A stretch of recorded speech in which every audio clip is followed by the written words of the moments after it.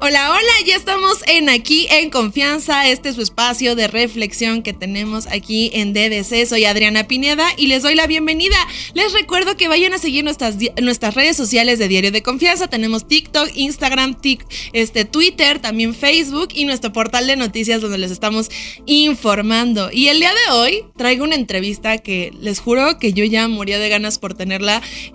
Los tiempos son muy ocupados, sobre todo para las personas que trabajan los temas de derechos, datos, y me acompaña Mariana Campos. ¿Cómo estás, Mariana? ¿Qué tal, Adriana? Me da muchísimo gusto saludarte y aprecio mucho el espacio que nos das aquí para platicar. No, es que les estaba contando fuera del aire que, o sea, me tocó ir a la FIL de Guadalajara y tuvieron una mesa muy increíble de nexos. Bueno, muchas mesas de nexos sobre este ensayo que hace Levi sobre temas de economía y así. Y yo la veía y decía, necesitamos hablar de economía, de cuidados, de los derechos, porque al final del día también es lo que haces en Mex Evalúa. Así es, también estudiamos la parte mucho del presupuesto público. Actualmente nos hemos inclinado a publicar el seguimiento de varios indicadores de salud, sí, especialmente para la gente sin seguridad social, y nos encontramos en este momento también analizando el diseño de la seguridad social, su financiamiento. Todavía nos falta publicar información de eso, pero ahí estamos. Tradicionalmente también hemos publicado varios artículos y notas relacionadas con el presupuesto en materia de género, especialmente del anexo 13 y del cuidado infantil en México. Entonces, pues ahí vamos con estos temas sociales súper relevantes para la justicia social y también para la economía, ¿eh? Y creo que a mí me encanta mucho el trabajo que hacen ustedes ahí, porque creo que algo que es muy importante cuando hablamos de política pública son los datos y las evaluaciones, y es algo que pues al menos en este gobierno no ha sido como la prioridad. O sea, a mí me tocó trabajar en la 61 cuando quitaron la parte de las estancias infantiles, de que son malas, y era como, ok, pero ¿dónde están las personas que te dicen que son malas? ¿Cuántas son las estadísticas? ¿Cuáles son los datos? Y algo que yo sí he visto es que no hay una evaluación, por ejemplo, de política pública, que ustedes, por ejemplo, sí hacen una evaluación de lo que está pasando, y creo que es necesario que como sociedad civil y como personas que vemos este tipo de programas o que estamos metidos en política, entendamos cuáles son las cosas importantes que tenemos que considerar cuando planteamos estas soluciones, ¿no? Porque creo que así nada más de decir, yo creo que México sería un mejor lugar, así las mujeres estuvieran felices en su casa. No, o sea, trae muchísimas cosas, y como es 8M, estamos aquí este mes, aquí en Confianza con el tema de género. Sí quería hablar de la economía de cuidados y parte de esto que platicas de las infancias, porque creo que también son de las principales cosas por las que las mujeres pues tampoco avanzamos en esta equidad, en esta igualdad. Lo vemos en las mismas campañas políticas, ¿no? Son 20,000 cargos, son 10,000 que van a jugar las mujeres, y muchas de ellas, o sea, he tenido entrevistas con mujeres políticas y chicas incluso que están en colectivos. Pues muchos de los frenos que tienen es porque son mamás, porque tienen que estar en otro tema de economía que no les permite como al hombre decir, bueno, yo ya me voy a hacer mi campaña y consigo esto. Entonces, ¿cómo ves tú esta parte, Mariana? Bueno, yo creo, estoy segura de que las políticas, especialmente de los sistemas de cuidado, voy a decir un término en inglés, pero que es muy usado en política pública, son conocidas como un game changer. Sí. ¿Eso qué significa? Que sí pueden tener un impacto muy profundo para cambiar una situación en una sociedad, en un sector. ¿A qué me refiero? O sea, las políticas de cuidado podrían tener un impacto enorme en la igualdad de género, en la justicia social, pero también en la economía. Hay muchas cosas que podemos hacer en política pública para ir resolviendo los problemas que tiene México, pero esta sin duda es una de las políticas que podría tener un gran impacto para mejorar la economía y también para empoderar mujeres y eventualmente también reducir violencia en contra de las mujeres. ¿Qué es lo que sucede? Las mujeres enfrentamos pobreza de tiempo. Y esto es bien interesante porque esta pobreza de tiempo la enfrentan todas las mujeres realmente sin importar el nivel socioeconómico. Sí. Lo que pasa es que las mujeres que tienen un mayor ingreso o tienen más posibilidades socioeconómicas por su educación, en fin, cuentan con más recursos, ya sea de acceso a servicios de guardería que ellas puedan pagar, que les paguen sus empleadores, o de contratar a otras personas, en general a otras mujeres que puedan apoyarles para el cuidado de sus hijos, a diferencia de las mujeres que no tienen recursos, ¿no? Los mismos recursos o los mismos niveles educativos. Entonces, esta es una cuestión que atraviesa todas las clases sociales, y esto tiene que ver con que las mujeres, pues, culturalmente estamos pues puestas ahí para cuidar no solamente a los niños, sino también a los discapacitados y a los adultos mayores. Esto te lo digo porque además yo, que mis hijas ya crecieron un poco y uno creería que ya está como saliendo del tema de los cuidados, estoy entrando al tema de los cuidados con mis padres, ¿no? Porque pues están entrando ya a una edad en donde requieren mayores cuidados, en donde hay temas de salud, y entonces pues parece que esto nunca acaba, ¿no? Y que incluso el presidente fue el que dijo cuando quitaron las estancias infantiles, ¿no? Que lo cuidan los abuelos, las abuelas, ¿no? Y las personas que son las mujeres que están en casa, ¿no? Porque ¿por qué necesitaríamos? Mejor le damos el dinero directamente a las mujeres de esto. Y creo que, o sea, no lo menciono porque, o sea, sí, obviamente es el ejecutivo diciendo esto es malo. Sin embargo, creo que también es un tema cultural, ¿no? O sea, que se termina materializando con lo económico, ¿no? Sí, yo creo que tradicionalmente en México hemos sido conservadores en este tema, o sea, culturalmente. No es lo mismo, digamos, la realidad social o cultural que vivió mi abuela, a la que vivió mi madre, a la que viví yo, ¿no? Y a la que están viviendo o van a vivir mis hijas. Mi madre, por ejemplo, ella no estudió una carrera profesional, estuvo al cuidado de 4 hijos en casa, ¿no? Y bueno, pues a mí, yo sí tuve la oportunidad de estudiar una carrera profesional, tengo nada más 2 hijas, ¿no? Entonces fue reduciendo el número de hijos.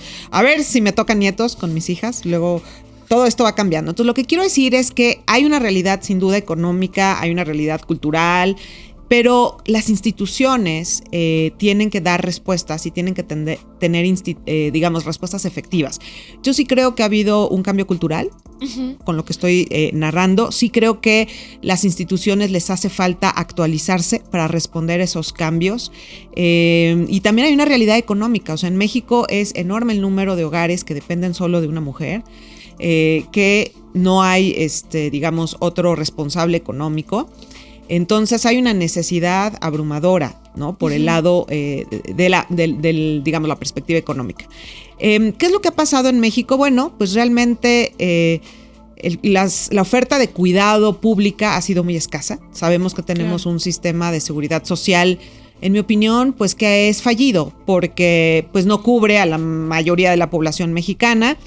Entonces, este sistema de cuidados a partir de la seguridad social, pues además con todo el tema heredado cultural, ¿no? de antaño, pues no se fue desarrollando, en mi opinión, a la par de la demanda de los servicios de cuidado, incluso para la población que está adentro de la seguridad social, que no es la mayoría.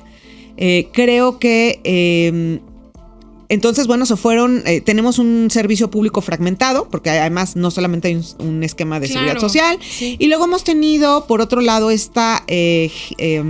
estos servicios de cuidado llamados de estancias infantiles en el pasado, ahora son los apoyos para madres trabajadoras, y esto ha pretendido cubrir a las personas que no cuentan con seguridad social, pero son apoyos ínfimos, la verdad. En el caso de las estancias infantiles, sí se garantizaba que ese dinero que se invertía por parte del Estado mexicano fuera para el cuidado infantil, ¿no? Yo creo que esa era una muy buena cosa de ese programa. Se documentaron muy buenos impactos. Por ejemplo, uno de los impactos que tenía el programa es que las mujeres que accedían a los servicios de cuidado incrementaban las horas que podían trabajar, y muchas veces eran mujeres que podían pasar del sector informal, es decir, de trabajar en el sector informal porque por falta de cuidado no podían ofrecer un tiempo completo todos los días de la semana a trabajar, pasaban a tener un empleo formal porque ya podían tener certeza de que alguien iba a cuidar a sus hijos y podían ofrecer un tiempo completo a algún empleador, ¿no? Y entonces eso termina teniendo repercusiones incluso hasta en la alimentación de los hijos y hasta en el desarrollo de los hijos, ¿no? Eso es otra externalidad, además de la económica, de la justicia social. En el caso del cuidado infantil hay también una externalidad para los niños, porque el contrafactual de estos niños muchas veces es dejarlos solos en casa, dejarlos al cuidado de otro menor. Pueden sufrir abusos de personas que los cuidan, que no están capacitadas para eso, que pierden la paciencia, que no se les retribuye económicamente. Entonces, creo que sí es un tema con enormes implicaciones para distintos actores sociales, ¿no? Lamentablemente en este gobierno, pues el cuidado no ha sido prioritario. Hemos tenido no solamente en las estancias infantiles o en estos apoyos para madres trabajadoras, que ahora ya no se da el subsidio a los centros de cuidado, sino nada más es una transferencia a la mamá, no ha sido prioridad, ni en el IMSS, ni en el ISSSTE, ni en las estancias infantiles. Y pues yo creo que ahí hay una enorme veta de oportunidad política de entrada, porque yo creo que es una necesidad real en la sociedad, pero una veta de oportunidad de realmente generar un impacto económico y social en México. Y justo quiero preguntarte lo de los apoyos, porque creo que también cuando hablamos del andamiaje de políticas públicas, pues implica pues muchas variables, ¿no? Digo, yo soy socióloga, no llegué tan especializarme en estas cosas, pero pues incluso a uno en la carrera le explican las cosas básicas que incluye un programa social y por qué hay cosas que pues no se deben de dar el dinero, nada más el cash, porque existen algunos vicios que incluso puede ser de quién garantiza que ese dinero va a ser usado en este caso, que no sufra una violencia a una mujer donde se le ha retirado este dinero. Entonces, quisiera preguntarte a ti, como en esta parte de expertos, ¿sí funciona dar el dinero así de que completo, íntegro a las mujeres? ¿O cuál también podría ser el balance? ¿Estaba muy bien antes? ¿Cómo lo ves tú? Mira, yo creo que depende del lugar en donde vivas. Ok. Yo creo que es muy importante conocer el contexto de la región, de la comunidad en la que estás, porque no es lo mismo vivir en la Ciudad de México, en donde existe una oferta de cuidado, de servicios de cuidado, y que entonces posiblemente cuando te dan esta transferencia, pues lo que tú haces es acudir a un centro privado que te pueda apoyar. Hay que decir, la transferencia es mucho menor de lo que cuesta realmente cuidar a un niño, pero a lo mejor, digamos, es una ayuda y existe un servicio al cual tú puedas acceder, ¿no? Ya sea un lugar físico con un programa de atención o incluso que pues con ese recurso tú subcontrates a alguien en casa haciendo eso. Pero el problema está que eso no es funcional.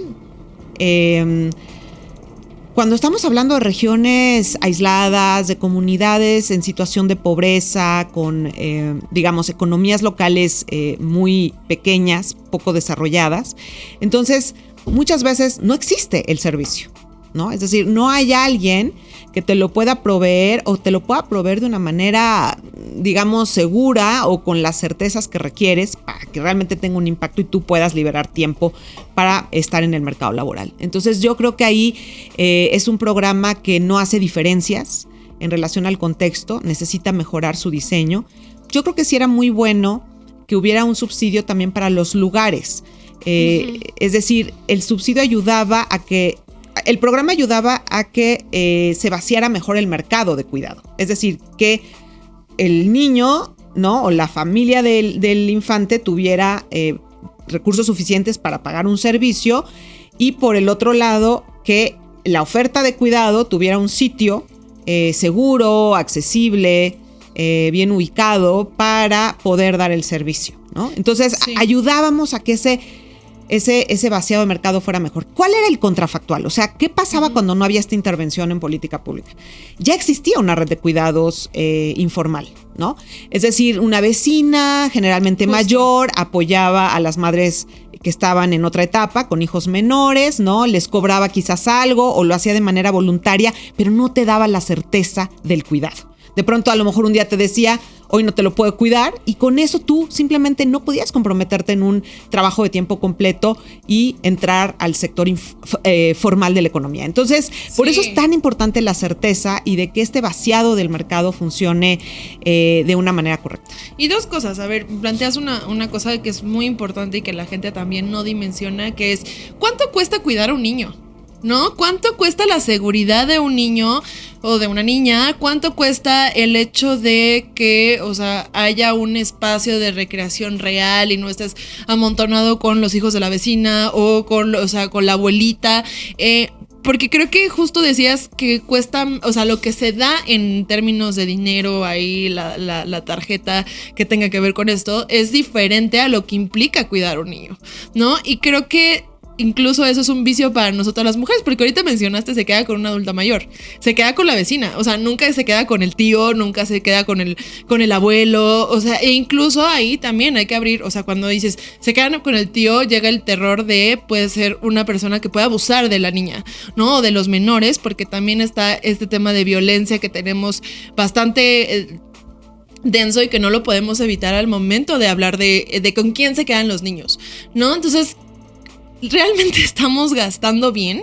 Que eso es como lo que también quisiera que nos explicaras, porque, a ver, si nos estás diciendo, por ejemplo, que en el antiguo programa, y no es que yo aquí venga a ensalzar a ningún gobierno, sino que creo que sí tiene que ver con la independencia que también vamos a tener como mujeres, lo que se haga y lo que se da en estos proyectos, pero también en esta generación, que es la segunda cosa que quisiera tocar, de lugares de cuidado, ¿no? Porque creo que al menos al tener un lugar donde se está abriendo la oportunidad de que exista este mercado, como tú dices, abre que existan esos lugares y no nada más se quede en las mujeres y que recaiga simplemente en lo que culturalmente nos ha tocado que sea. Y lo menciono con el presidente porque yo me acuerdo perfecto de esa declaración de, bueno, pues es que lo dejen con las abuelitas, que lo dejen con los abuelitos, porque incluso creo que hasta como gente de la tercera edad tienes el derecho de vivir tu vida sin tener que estar cuidando niños, y porque tampoco te garantiza una seguridad para el menor, ¿no? Sí, yo creo que no te garantiza una seguridad para el menor, no te garantiza la certeza de la que yo te hablo. O sea, cuidar a un infante toma mucho tiempo, es un trabajo de tiempo completo, por decirlo de una manera, que no necesariamente puede absorber a alguien de tu familia, ¿no? Creo que por eso tienen que entrar las instituciones con intervenciones lo más profesional posible, que brinden la certeza a la familia, a la mamá, de que va a estar bien cuidado y además de que sí va a poder liberar el tiempo que ella podría ocupar en un empleo. Y creo que esas opiniones que en mi opinión fueron muy vanas del presidente, nos hablan de una perspectiva que no es de derechos. Y bueno, nosotros en México Alúa y muchas de las personas que hacemos política pública, pues asumimos que estamos construyendo una sociedad basada en los derechos. No en ¿qué pasa? Además, si tú como adulta ya no tienes padres, ¿no? Por ejemplo. O simplemente tu mamá también está trabajando, sí, claro, y tampoco tiene tiempo de hacerlo, porque ahora, pues tú sabes que las personas mayores en México, ese es otro de los datos, tienen empleos también. Entonces, en fin, yo creo que aquí la diferencia está entre si queremos o no construir una sociedad basada en los derechos, en las garantías. Y entonces ahí es donde tienen que entrar las instituciones. Creo que no estamos gastando bien. Principalmente por lo que comentaba, o sea, el programa o los programas tienen que reconocer los contextos. Como yo te decía, tenemos contextos con niveles de desarrollo muy variados en México. O sea, hay comunidades en donde quizás una transferencia ayuda, porque incluso la mamá ya tiene ciertos recursos para pagarlo y eso le apoya y le ayuda a que acceda al servicio que ya existe a lo mejor en el sector privado. Pero eso no necesariamente va a ser la realidad de una mamá que vive en un municipio marginado en donde no existe esa oferta. Entonces yo sí creo que las intervenciones tienen que diseñarse a partir de la pluralidad de contextos, ¿no? También creo que es importante, y bueno, eso era algo que tenía este programa, había una coordinación con los municipios. Yo lo que he visto en otros países, en países federales, por ejemplo es el caso de Estados Unidos, es que a nivel municipal, el municipio tiene una función.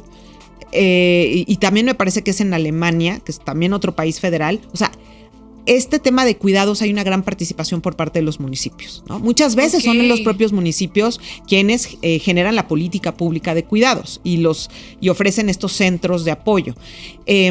entiendo que en México nuestros municipios, pues bueno, son bastante subdesarrollados en términos de capacidades financieras, en términos institucionales y de prácticas, ¿no? Gubernamentales. Entonces, sí, es lo que pienso que es difícil. ¿Hasta qué punto podemos dejarle toda la responsabilidad a los municipios, no? Porque yo sí yo creo que sí debería de haber una responsabilidad tremenda en los municipios. Coordinada, porque es ¿no? es el primer contacto con el gobierno y es lo primero que vas a vivir, ¿no? O sea, literalmente. Pero siento que también si tienes un plan federal diferente, ¿no? O algo que trae una visión encontrada, es difícil que realmente incluso un municipio que quisiera hacerlo, a veces lo implemente. Yo creo que exactamente, por eso requiere liderazgo federal y estatal. Uh-huh. Y así era en el programa anterior de estancias infantiles, o sea, había una coordinación. A lo que voy es que lo que he visto, por ejemplo, en Estados Unidos, en algunos estados, es que cuentan con, los municipios tienen criterios de cómo debe ser el cuidado y lo que hacen es revisar, por ejemplo, que hay estas estancias que se crean, o sea, son las propias casas de señoras que se dedican a esto y las regula el municipio. Entonces tú tienes que sacar como una licencia de operación, el municipio va y revisa que el lugar sea seguro, que además no se excedan, por ejemplo, el número de niños por adulto que puede cuidarlos, y entonces va generando una serie de criterios. Desde luego allá, pues, de entrada, pues el patrimonio de las casas y todo, pues es de mayor calidad, ¿no? Amplitud, ¿no? Hay temas, por eso creo que en México estaba muy bien que se recibiera el subsidio para la infraestructura del sitio donde se iba a cuidar a los niños. Pero bueno, lo que digo es que creo que esto es un asunto que se va a resolver con 3 niveles de gobierno, con políticas coordinadas, con un presupuesto adecuado. ¿Y cuánto se está gastando en esto? Más o menos lo que se está gastando por niño es muy dispar. Eso es otro asunto que a nosotros nos preocupa, porque entonces, de hecho, hicimos un artículo que dice, en México tienes que nacer en la familia correcta, ¿no? Porque de entrada ahí empezamos a perpetuar las desigualdades porque no tenemos un sistema de seguridad social para todos, único, ¿no? Sí. Entonces, por ejemplo, en el IMSS es en donde más se gasta por niño. Bueno, en el IMSS y en el ISSSTE por ahí se van. Es más de 70,000 pesos al año, menos de 80,000 por niño, uh-huh. ¿Sí? Y si te vas a la estancia infantil, me parece que al 2019, te checo el dato para más adelante, pero a 2019 eran como 17,000 pesos por niño. Entonces había una disparidad bastante importante. ¿Por qué? Bueno, a ver, hay que decirlo. De hecho, fue una de las críticas que habían a la estancia infantil.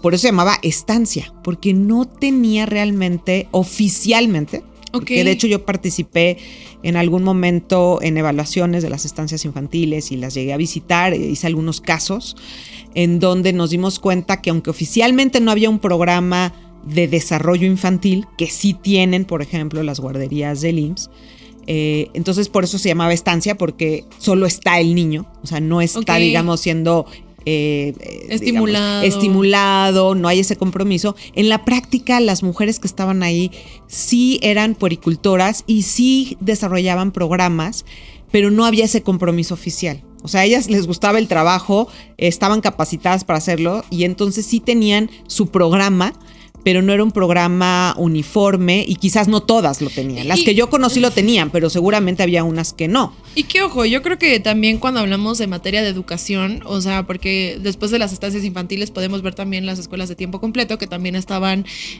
antes y que pues también fueron parte de lo que se quitó en este sexenio, es pues también la capacitación de las personas que van a cuidarlos, ¿no? Porque ahorita mencionas esto de pues eran personas, o sea, mujeres que están ahí, que les gusta estar ahí.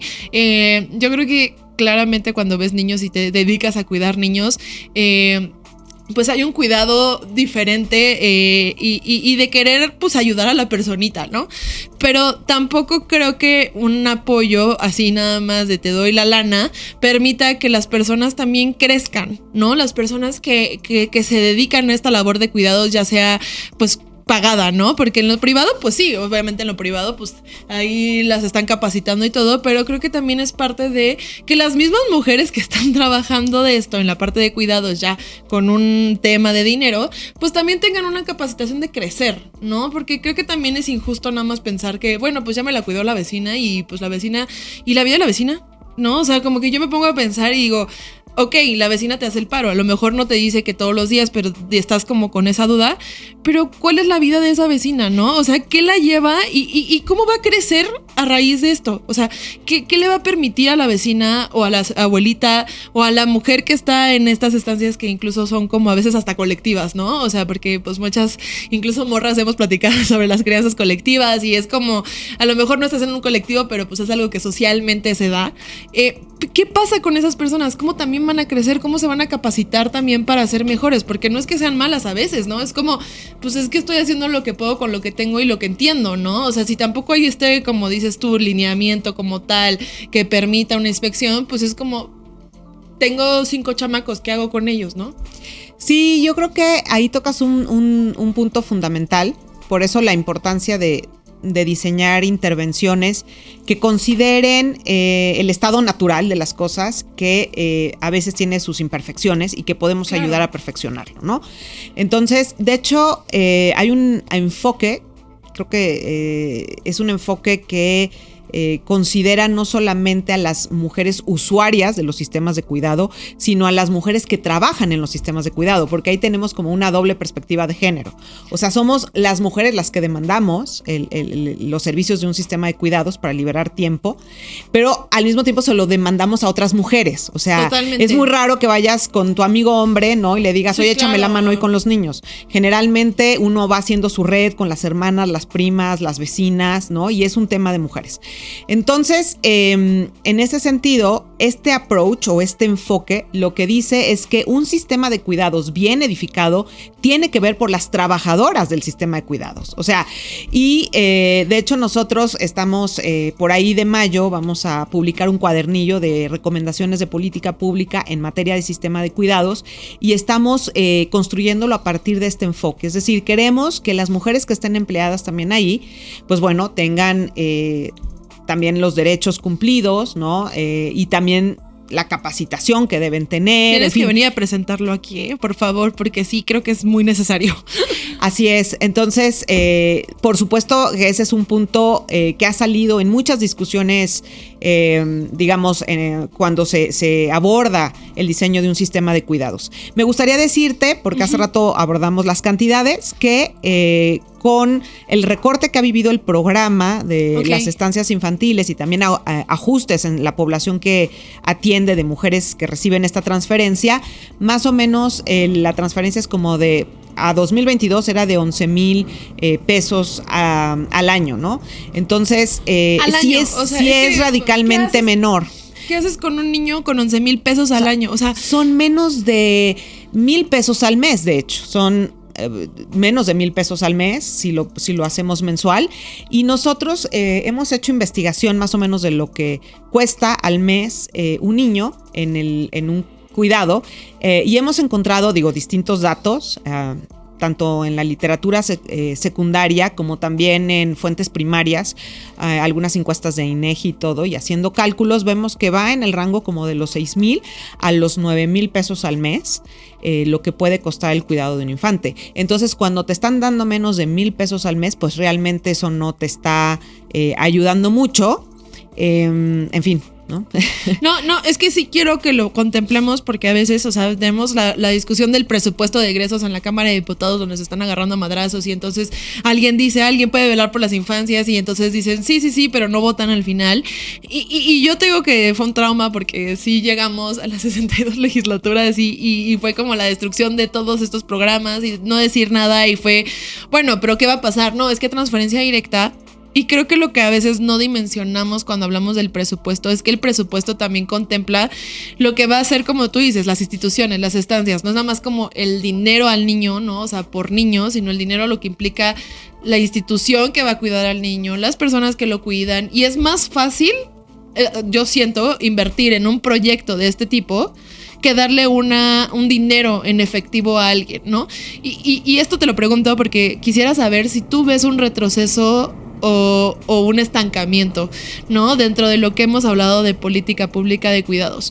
Porque pues mucho se dice que pues lo que ha pasado con esta, yo lo sostengo también, mucha de la destrucción institucional que ha venido y de políticas, pues son un retroceso a lo que ya se había ganado, que al final del día ni siquiera hemos llegado a la meta, ¿no? O sea, todavía... Sí, nunca habíamos llegado, estábamos lejísimos. Ajá, es lo que yo también quiero que la gente entienda, ¿no? Es no nomás de que ya estábamos poca madre y ya teníamos niños felices y mujeres felices, no. O sea, pero sí siento que estábamos avanzando en un tema incluso de derechos de las mujeres. O sea, cuando hablamos de economía de mujeres también era fundamental hablar de escuelas de tiempo completo, de guarderías, por esto mismo que te digo de a ver, incluso las candidatas. ¿Cómo vas a ser candidata si tienes que cuidar a un niño? O sea, entonces quisiera saber tu perspectiva de ¿hemos avanzado, estamos frenados o qué? Hemos retrocedido, hay que decirlo. Creo también firmemente que nunca hemos estado cerca de la meta. Claro. ¿No? Pero sí estábamos más adelante. Y creo que además en esta administración, en este sexenio, hubieron enormes oportunidades políticas para poder poner en la mesa pues un realmente reformas que pudieran generar un verdadero sistema de cuidados. Quizás, bueno, yo voy muy lejos, o sea, yo creo que teníamos que haber repensado en este sexenio el diseño de la seguridad social, ¿no? En lugar de seguir parchándolo con los programas, cerrando el Seguro Popular, lanzando el INSABI que fracasó, luego el IMSS Bienestar en salud y luego cerrar las estancias infantiles, pero realmente no poner nada en la mesa, ¿no? Hubo una reforma que ha avanzado por ahí, de un sistema de cuidados, pero pues realmente mientras no lo veamos cara a cara con la seguridad social va a ser difícil, tenemos que pensar, ¿va a ser parte de la seguridad social? No. Entonces, ¿cómo se va a financiar? Si es parte de la seguridad social, habría que discutir la seguridad social. Entonces, yo creo que ahí anda como una especie de fantasma el sistema de cuidados, y en la práctica el dinero que se ha ido a los programas existentes que están en distintas instituciones federales, pues no han sido prioridad presupuestaria, ¿no? Vemos también un retroceso pues en todo el anexo de género del presupuesto, porque la gran mayoría del dinero está puesto en programas que son, por ejemplo, universales, como es el caso de las becas o el caso de la pensión de los adultos mayores. Bueno, es que uno se mete a ver el PEF y cuando dicen que asignaron más dinero a las mujeres es porque se agarran la población entera y dicen, como había la mitad de mujeres de la edad adulta, esas las conteman como género. A mí me tocó ver así los análisis. Sí, pero no hay diseño. Pero no tiene que ver con una perspectiva de género o políticas enfocadas en género, sino que ha habido un triqui ahí con las cifras dentro de lo que se ha dado en este presupuesto. Sí, eso es muy importante de mencionar, ¿no? O sea, si es un programa universal, pues no se está considerando en su diseño ningún atributo que permita atender la perspectiva de género y las condiciones distintas que enfrentan los hombres y las mujeres, ¿no? Entonces yo creo que ahí, hemos insistido mucho en que tenemos que tener criterios, o sea, la Cámara de Diputados tiene que tener criterios en el presupuesto, ¿no? Es decir, tiene que solicitar que ese anexo el Ejecutivo lo integre siguiendo ciertos criterios, y eso no lo hemos conseguido. A pesar de que se ha insistido mucho, de hecho la Comisión de Presupuesto, una diputada de Morena, armó una subcomisión de presupuesto con perspectiva de género. Mira. Sí, eso se logró. Eso no lo sabía. Y entonces estábamos como muy motivados y muy ilusionados aquellos que queremos que existan esos criterios, y tuvimos algunas reuniones y todo, pero bueno, que yo sepa, no ha derivado en la construcción de estos criterios para integrar el anexo de género. Entonces, pues para evitar que, a ver, no es la primera vez ni el primer gobierno en donde hemos detectado programas que no tienen perspectiva de género y están en el anexo, pero sí es un poquito, como decimos, el más mandado, en que sí metió pues la mayor parte del anexo con programas que no tienen perspectiva de género, ¿no? Y es el retroceso, ¿no? O sea, yo insisto, porque creo que hablar de retroceso es, obviamente no estábamos en la meta, pero ya habíamos avanzado 2 casillas en el Monopoly, ¿no? O sea, y el hecho de quitar estas cosas es retroceder 4. Y a mí lo que me quisiera que habláramos de este retroceso es lo que nos va a costar volver a llegar a donde estábamos y luego superarlo donde estábamos, ¿no? Porque creo que se nos olvida que la meta al final no es este gobierno, no son 6 años, no son ni el PRI, ni el PAN, ni el PRD, ni Morena, ni el PT, ni Xóchitl, ni Claudia, sino que son cosas que incluso aquí tuvimos a Roberto Vélez hablando de su libro de Cancha Pareja, y decía, o sea, es que literalmente las mujeres son la mitad del del maíz tienen la capacidad de, por ejemplo, si ya tuviéramos estímulos económicos para que pudieran estar participando, o sea, es algo que le conviene incluso a la economía de México, ¿no? O sea, por la cantidad de situación que aportan al PIB. Entonces, lo que a mí me preocupa es que seguimos como un estigma sobre las mujeres, ¿no? Me encanta esa perspectiva, Adriana, que pones en la mesa. Yo creo que ahí es en donde tenemos que subrayar e insistir muchísimo.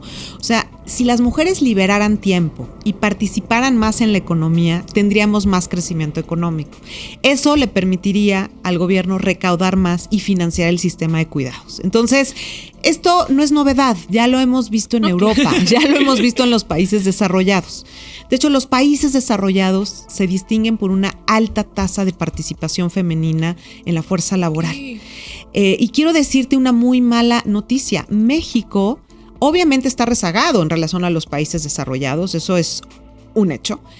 Pero lo que pocos saben es que está rezagado en relación a América Latina. O sea, la tasa de participación femenina en la fuerza laboral de México, o sea, se distingue por estar abajo de varios países con los que solemos compararnos. Entonces, sí estamos hablando de un rezago relevante. Sí creo que cambiar esto podría, para los que están solo interesados en la economía, podría promover crecimiento económico. Para los que están interesados en la justicia social, también. Para los que lo ven desde el punto de vista de la igualdad de género, o aquellos que quieren defender a las infancias o a las personas en discapacidad o a las personas adultas. O sea, hasta los que no más quieren recaudar. O sea, ni siquiera ya déjate la parte bonita de hacer política pública y de ayudar. O sea, incluso si quieres como gobierno recaudar más, ¿por qué impedir que las mujeres seamos una fuerza, no? O sea, ¿por qué impedir que podamos desarrollarnos?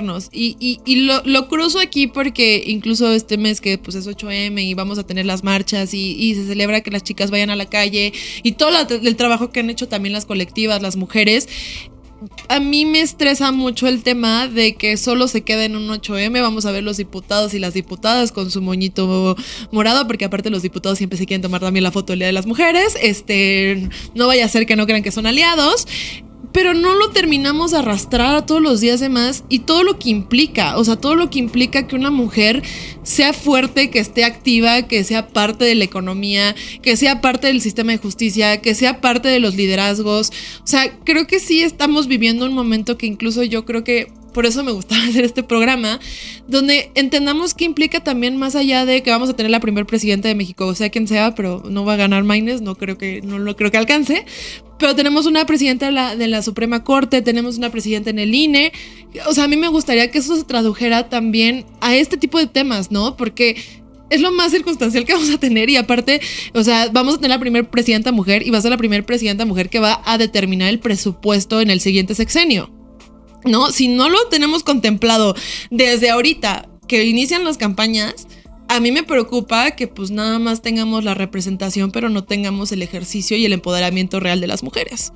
Es un riesgo. No soy muy fan de la palabra empoderamiento, pero es un riesgo y la verdad es que sí se ha visto en el mundo que de pronto la oferta de políticas de género se ha, digamos, trivializado, ¿no? Totalmente. Es decir, ya es así como, bueno, pues es parte del checklist que tiene que tener un político, ¿no? Porque si no, eres políticamente incorrecto.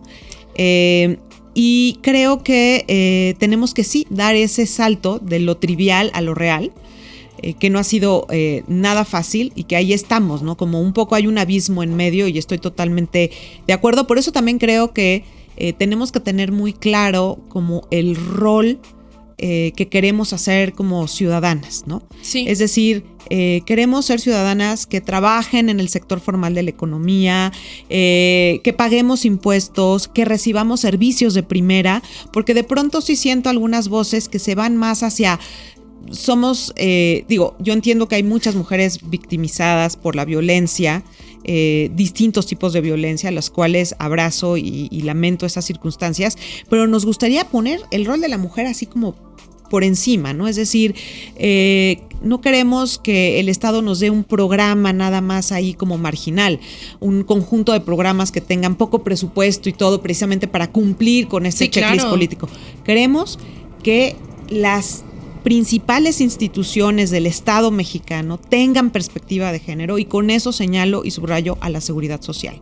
O sea, las mujeres necesitamos pensiones formales, necesitamos sistemas de cuidados, y eso verlo en la mira, o sea, apostarle, digamos, a lo más alto. Creo que una amenaza de la discusión del sistema de cuidados es si esta no se enmarca en el diseño de la seguridad social y si no se subraya cómo se va a financiar, ¿no? Hay que evitar pues que pasen leyes que nada más sean así como para quedar bien y que no traigan los dineros atrás, porque si no, a ver cuándo va a suceder. Constante, ¿eh? O sea, yo incluso veo, a ver, yo tengo temas con la ley Olimpia, creo que hay muchas cosas que no terminan de abarcar pero algo fundamental que yo platicaba con las chicas es como, bueno, pues si aprobaste una ley Olimpia, si apruebas incluso una 8 de 8 de violencia, pero no le das el presupuesto ni a las personas que tienen que checar, ni a las fiscalías que se tienen que especializar. No le das presupuesto a todo lo que implica que una situación o un proyecto funcione, ¿no? O sea, ahorita lo decíamos con las que van a trabajar cuidando a los niños. O sea, también no se trata de nada más, bueno, voy a crear la estancia infantil, ¿no? Ahí le damos el presupuesto, sino que tiene que ver con toda una planeación y se me hace muy injusto porque creo que muchas de las iniciativas que terminan presentando a veces no incluyen este análisis económico porque todavía le tenemos miedo, o sea, al menos le tienen miedo los diputados a aprobar cosas que implican dinero y sobre todo en temas de mujeres, ¿no? O sea, me tocó la parte de la menstruación digna en la 62, eran las 4 de la mañana, según esto iba a pasar y a la mera hora no pasó hasta la que siguió, pero porque era un tema de dinero, ¿no? O sea, era un tema de, no, es que cuánto nos van a quitar los impuestos por las toallas, ¿no? Y creo que sí tenemos que presionar ahí también las mujeres, con lo que tiene que ver con dinero, con lo que tiene que ver con presupuesto y con esta evaluación de políticas. Pues sí, totalmente de acuerdo. Hay que dar pasos extras para cerrar este abismo del que estamos platicando entre el lucir y el realmente cumplir, y que existan las instituciones, pues, con presupuestos no solamente para algunos años o para una administración, que eso también suele pasar, sino sostenible en el tiempo, con evaluación, con posibilidades de mejora, ¿no? Pensemos en que también las instituciones pues no se construyen de un día para otro, y tenemos que lograr pues que evolucionen en el tiempo para llegar a pues a crecerlas de una manera exitosa. Entonces, pues estemos, yo creo que muy atentas a cuáles van a ser los debates. Ahora, no sé cómo has visto tú, pero creo que el tema de género es muy presente siempre en las discusiones. Y veamos, ¿no? Si tiene los tintes. Hace falta aterrizarlo. Los tintes que tiene que tener para que podamos pensar que se hace en realidad y que hay una evolución, ¿no? Creo más que allá del discurso. Justo ya estamos en una situación, y yo lo platicaba con Mariana, ya estoy harta de las precampañas, campañas, previo campañas, poscampañas. Creo que a mí lo que me falta ya son propuestas puntuales, pero no propuestas de, yo quiero la equidad de género y que todas son bonitas y felices y así. No, o sea, creo que ya también como sociedad merecemos propuestas que ya tengan claro de dónde vamos a sacar, cómo vamos a sacar, va a incluir, dónde va a incluir los temas, ¿no? Porque incluso ahorita hemos entrevistado a Luciana Weiner con su libro sobre Fortuito, que tiene que ver con abortos espontáneos y mujeres que terminan en la cárcel por abortos espontáneos y la criminalización del aborto, y es como, a ver, nada más a veces tenemos como legalización del aborto, pero no todo lo que implica.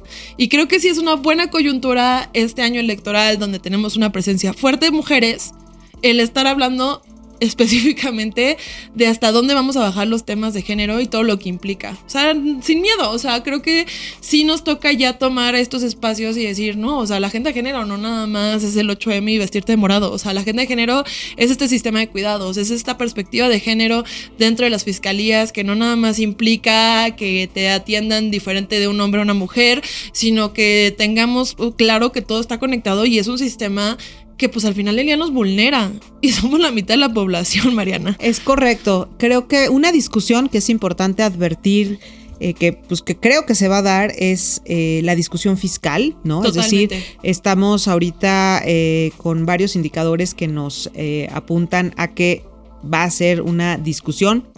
Lo que no sabemos es el tamaño de esa discusión y el alcance que va a tener. Y yo creo que ahí es en donde la sociedad tiene que poner en primer lugar cambios al gasto público, ¿no? Es decir, estamos cerrando un sexenio en donde no hemos tenido presupuestos suficientes para la salud, para la educación, en donde áreas importantísimas como la seguridad pública civil se han visto desprovistas de recursos o no han crecido de la manera en la que deberían. Y creo que ahí debe de entrar la perspectiva de género y el sistema de cuidados, ¿no? Yo creo que sería muy inteligente de un gobierno que ponga una oferta digamos, distinta en materia de gasto y que también considere instrumentos realmente efectivos para abatir brechas como la de género es una, y también brechas en términos de desigualdad, digamos, en general, entre los mexicanos. Entonces... y que ya hay gente que lo está haciendo, o sea, no es algo que no exista, o sea, Xóchitl Gálvez, Claudia Sheinbaum, Maynes pueden literalmente ir a buscar, por ejemplo, a Mariana y a todas las organizaciones y sociedad civil que ya lo vienen trabajando. No estamos encontrando el hilo negro, sino que hay gente, intelectuales, académicos, especialistas trabajando en este tipo de agendas, y es más como, a mí lo que me gustaría es la comunicación con ustedes, ¿no? Porque ya existen esos expertos, no dejen al asesor nada más porque le interesó el tema, sino hay que hacer la verdadera vinculación con la sociedad civil. Pues muchas gracias, Adriana. Gracias por promovernos. Yo, Xóchitl, Claudia, escúchenme y vayan a buscar a Mex Evalúa. Porque sí es un tema y insisto, no es algo que empecemos desde cero. Hay gente que ya ha trabajado y sabe cómo implementar y nada más necesita pues la cooperación política, ¿no? De poderlo hacer. Así que, Mariana, ¿dónde te podemos encontrar? ¿Dónde te podemos leer?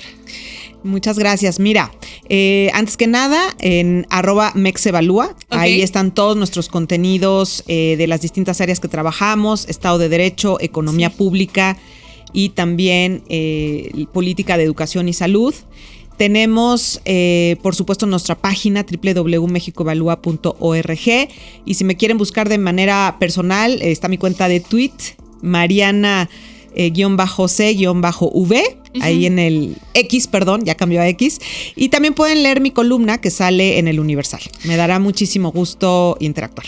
No, y que por favor vuelvas a venir, porque creo que también hay muchos temas que tenemos que seguir tocando. Ahorita estamos pues trabajando el tema de marzo y todo lo que tiene que ver con perspectiva de género, pero pues a mí me interesa también el tema educativo, porque creo que también cuando hablamos de mujeres tenemos que hablar también del tema educativo y lo que implica esto en nuestra formación y en la parte de subir estos escalones, ¿no? Muchas gracias. Gracias por tu generosidad, Adriana. Y pues estaremos ahí viendo que podemos trabajar juntas. Yo soy Adriana Pineda, les agradezco mucho que me hayan acompañado el día de hoy en Aquí en Confianza. Me pueden seguir en Twitter como @lamalac y en Instagram como Soy la Mala C. Quédate con nosotros aquí en Confianza con La Mala.